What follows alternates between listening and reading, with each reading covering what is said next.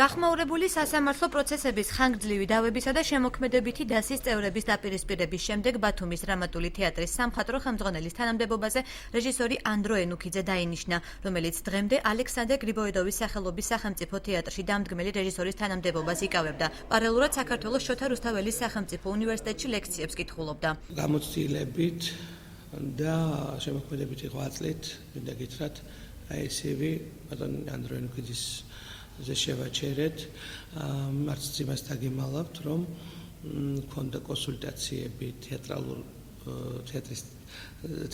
საზოგადოების წარმომადგენლებთან.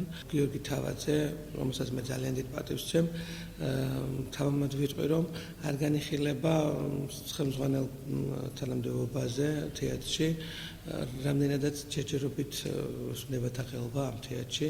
ბატონი გიორგის მიმართ არ ჩამცხრალა. ვინ უნდა დანიშნოს თეატრის სამხატვრო ხელმძღვანელი და გადაწყვეტილების მიღებაში რა როლი უნდა ითამაშოს დასმა? აჭარის უმაღლესი საბჭოს წევრი აკაკი ძინაძე ფიქრობს, რომ დასის წევრები პოზიციას ხშირად იცვლიან, განათლების სამინისტროს გადაწყვეტილება კი სტაბილურობის გარანტიას იძლევა. მსახიობებს შეიძლება აზრი შეეცვალოთ ყოველ კვირას.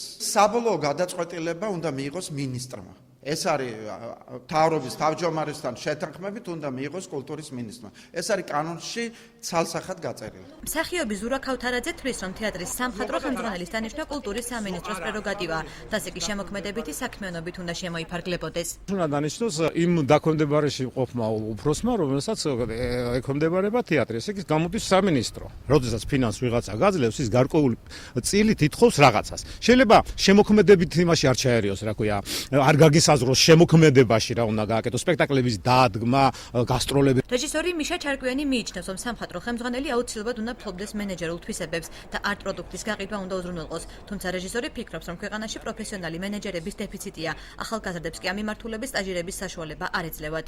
აუცილებელია, რომ სამხატვრო ხელმძღვანელი პირველ რიგში იყოს კარგი მენეჯერი. ტექნიკური მხარის ცოდნა, ჩემი აზრით, საოცრად მნიშვნელოვანია ამ შემთხვევაშიც. სამწუხაროდ, საკმაოდ მცირეა მსგავსი ადამიანები ჩვენ ქვეყანაში და გეტყვით, რომ ეს სკოლის პრობლემაა, იმიტომ რომ არ არსებობს რეალურად კარგი სკოლა, რომელიც ამას ასწავლის, როგორი უნდა იყოს მართველი თეატრისთვის და სამწუხაროდ ეს ინტუიციის დონეზე ხდება.